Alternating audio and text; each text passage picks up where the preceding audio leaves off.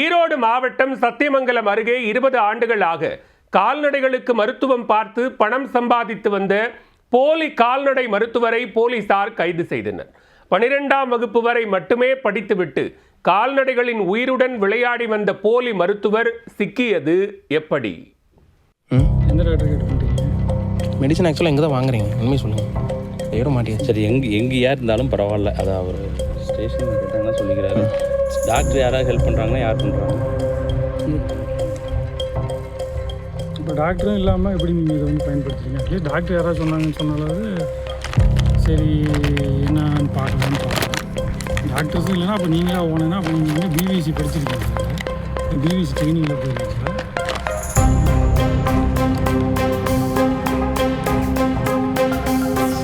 12ஆம் வகுப்பு வரை மட்டுமே படித்துவிட்டு கல்லூரி வாசல் கூட மிதிக்காமல் 20 ஆண்டுகளாக தன்னை ஒரு மருத்துவர் என நம்ப வைத்து ஊர் மக்களையே ஏமாற்றி வந்த போலி மருத்துவர் இவர்தான். எந்த நோய்க்கு எந்த மருந்து போட வேண்டும், முறையாக எப்படி ட்ரீட்மெண்ட் அளிக்க வேண்டும் என எந்த மருத்துவ தகுதியும் இல்லாமல் கால்நடைகளின் உயிருடன் விளையாடி வந்த திடுக்கிடும் சம்பவத்தின் பின்னணி என்ன? ஈரோடு மாவட்டம் சத்தியமங்கலம் அருகே உள்ள சுற்றுவட்டார கிராமங்களில் மிகவும் பிரபலமானவர் கால்நடை மருத்துவர் சரவணன். மன்னிக்கவும், +2 மட்டுமே படித்துவிட்டு கால்நடைகளுக்கு மருத்துவம் பார்த்து வந்த போலி மருத்துவர் சரவணன். இந்த விவகாரம் 20 ஆண்டுகளாக யாருக்குமே தெரியாது. ஊருக்குள் எந்த மூலையில் எந்த கால்நடைகளுக்கு என்னென்ன பாதிப்பு என்றாலும் சரி, சரவணன் ஓடோடி வந்து சிகிச்சை அளித்து விடுவார். மற்ற மருத்துவர்களை விட ஒரு 50 ரூபாய் குறைவாக வாங்குகிறார் என பலரும் சரவணனுக்குத்தான் எதற்கெடுத்தாலும் ஃபோன் போடுவார்கள்.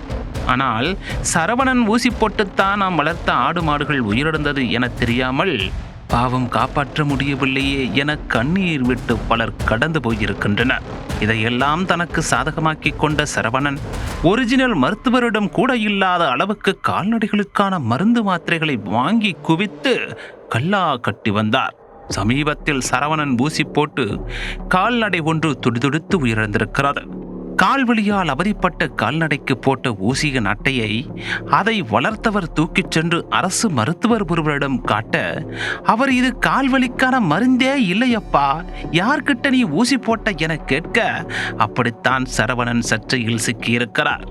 அப்போது சரவணனின் நடவடிக்கையை 20 ஆண்டுகளாக கவனித்து வந்த மூதாட்டி ஒருவர் இந்த விவகாரத்தை தன்னுடைய பேரனிடம் கூற, அவர் கையோடு கால்நடை மருத்துவ பேரவையின் அலுவலகத்திற்கும் சென்று தகவல் கொடுத்து விட்டார். பிறகு என்ன, ரைடு தான், அடி தூள். நோய் புலனாய்வு பிரிவு உதவி இயக்குனர் கன்னியப்பன் தலைமையில் 5 பேர் கொண்ட மருத்துவர்கள் குழு சத்தியமங்கலத்தில் அதிரடி சோதனை நடத்தினார்கள். அப்போது பளிஞ்சூர் கிராமத்தில் மாட்டிற்கு மருத்துவம் பார்ப்பதற்காக பைக்கில் பறந்து சென்ற சரவணனை கையும் களவுமாக மடக்கினர்.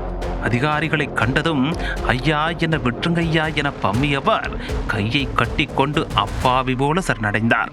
கால்நடைகளுக்கான ஒரு சில நோய்களை கூறி அதற்கு என்ன மருந்து கொடுப்பீர்கள் என அவரிடம் கேட்டதற்கு மௌனமாக நின்று வசமாக சிக்கிக் கொண்டார். இறுதியாக அனைத்து விதமான கால்நடைகளுக்கும் சிகிச்சை அளித்து வந்த சரவணன் 12ஆம் வகுப்பு மட்டுமே படித்த போலி மருத்துவர் என்பது வெட்ட வெளிச்சமானது. இதனையடுத்து சத்தியமங்கலம் காவல்துறையினருக்கு மருத்துவர்கள் தகவல் அளிக்க அவர்கள் வந்து சரவணனை கைது செய்தனர். அவரிடமிருந்து 2 சக்கர வாகனம் மற்றும் கால்நடைகளுக்கு போடக்கூடிய 20,000 ரூபாய் மதிப்புள்ள மருந்துகள், ஊசிகள் உள்ளிட்டவற்றையும் பறிமுதல் செய்தனர். தொடர் விசாரணை நீடித்து வரும் நிலையில் போலி மருத்துவர் சரவணனை நீதிமன்றத்தில் ஆஜர்படுத்தி சிறையிலும் அடைத்துள்ளனர். 20 ஆண்டுகளாக ஒருவர் மருத்துவமை படிக்காமல் கால்நடைகளின் உயிருடன் விளையாடி வந்த சம்பவம் சத்தியமங்கலத்தையும் கடந்து மக்களிடையே பெரும் அதிர்ச்சியை ஏற்படுத்தியிருக்கிறது. டாக்டரும் இல்லாமல் எப்படி நீங்கள் இதை வந்து பயன்படுத்துறீங்க? இல்லை டாக்டர் யாராவது சொன்னாங்கன்னு சொன்னாலாவது சரி என்னன்னு பார்க்கலான்னு பார்க்கலாம். டாக்டர்ஸும் இல்லைன்னா அப்போ நீங்களாக ஓனேன்னா அப்போ நீங்கள் பிவிசி படிச்சிருக்கீங்க சார். பிவிசி ட்ரைனிங்கில் போயிருக்கீங்க.